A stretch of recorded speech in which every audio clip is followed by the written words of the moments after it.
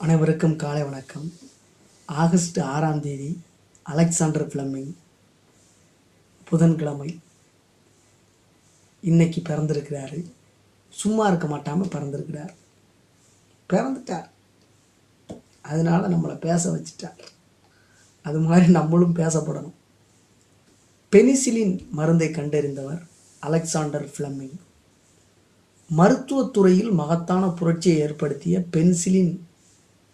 Penicillin என்னும் அற்புத மருந்தை கண்டறிந்து மனித குலத்துக்கு ஈடு இணையற்ற பங்களிப்பை வழங்கிய அலெக்சாண்டர் ஃப்ளெமிங்.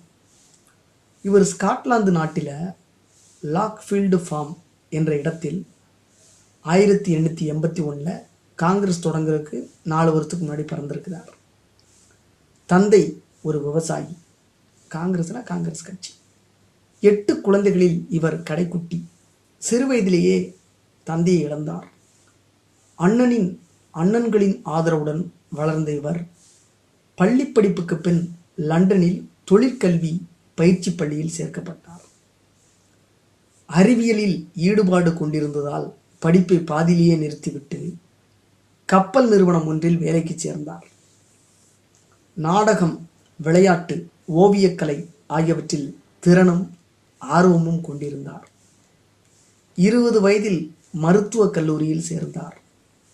நோய் தடுப்பு ஆராய்ச்சிகளில் ஈடுபட்டு வந்த பேராசிரியர் ஆம்ரைட் டே போலவே தானும் ஆராய்ச்சியில் ஈடுபட வேண்டும் என ஆசைப்பட்டார்.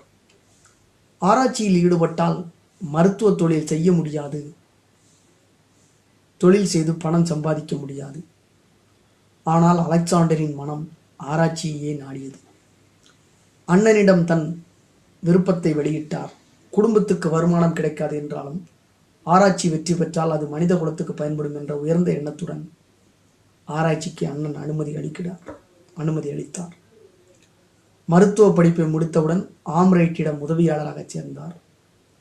ஆம்ரைட்டின் குழு டைபாய்டு நோய் தடுப்பூசியை கண்டறிந்தது. 1928 லண்டன் பல்கலைக்கழகத்தில் நுண் உயிரியல் பேராசிரியராக நியமிக்கப்பட்டார். மைக்ரோபாலஜி.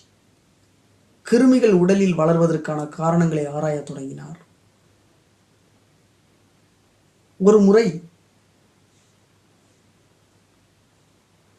ஜலதோஷம் பிடித்திருந்த தனது மூக்கிலிருந்து ஒழுகிய நீரை எடுத்து ஆராய்ந்த பொழுது அதில் நோய் கிருமிகள் இருப்பது தெரிய வந்தது. அவற்றை அழிக்க மேற்கொண்ட ஆராய்ச்சியில் முட்டையின் வெள்ளை திரவம்